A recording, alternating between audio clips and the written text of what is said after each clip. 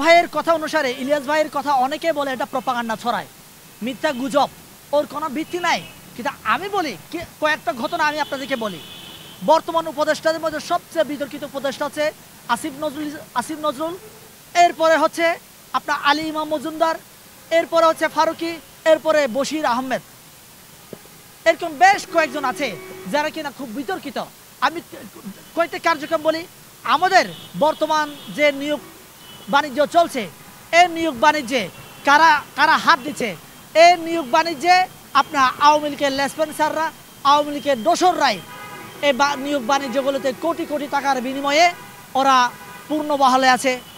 এখন এই ঘটনা একটা সূত্রটলি, আজকে যে বিজের হত্যাকাণ্ডের কমিশন আপনার স্থগিত করা হয়েছে, তাহলে ওরা তো ভারত বিরোধী শক্তি, বাংলাদেশপন্থী সরকার, তাহলে কেন এই কাজটা করেছে? কেন আমার দেশের বড় বড় আমলা, ভারতের আওয়ামী লীগের পা চাটার দালালগুলা আজও কেন একজনকেও আইনের আওতায় আনতে দেখলাম না? কেন আজও শাস্তির সম্মুখীন দেখলাম না? এটাই প্রমাণ হয় যে সে আওয়ামী লীগের দোষর।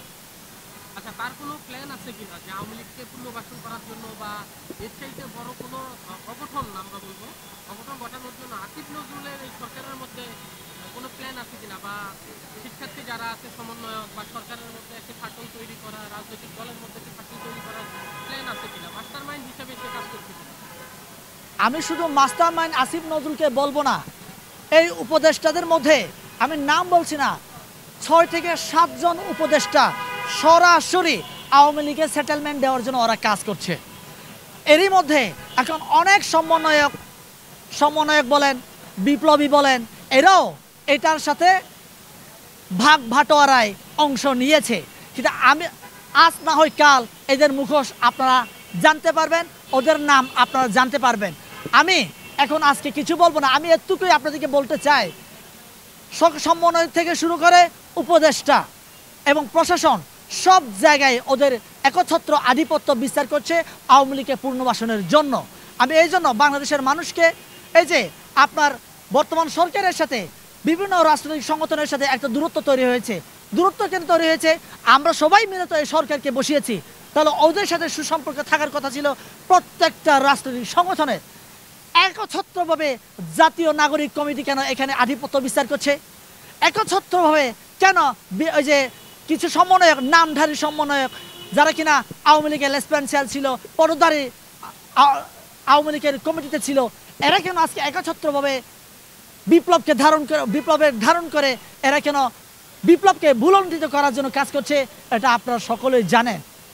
খুব শীঘ্রই এরাই আপনার আওয়ামী লীগকে পুনর্বাসনের জন্য কাজ করে যাচ্ছে। বের হতে পারবো না মনে হয়। আমাদের রন্ধ্রে রন্ধ্রে, রক্তের শিরায় শিরায় কিন্তু ভারতের দাসত্ব, ভারতের দালালিপনা, ভারতকে পা চাটা এই অভ্যাসটা আমাদের মাঝে গেঁথে গেছে। আমি মনে করি কি আমাদেরকে এখান থেকে বেরিয়ে আসতে হবে। আমি এই কথাগুলো কেন বলছি যে গতকাল আমরা শহীদ বুদ্ধিজীবী দিবস আমরা পালন করেছি। আমরা কেন পালন করেছি? আমাদের বাংলাদেশ থেকে যারা কিনা চৌখস মেধাবী ভাইরা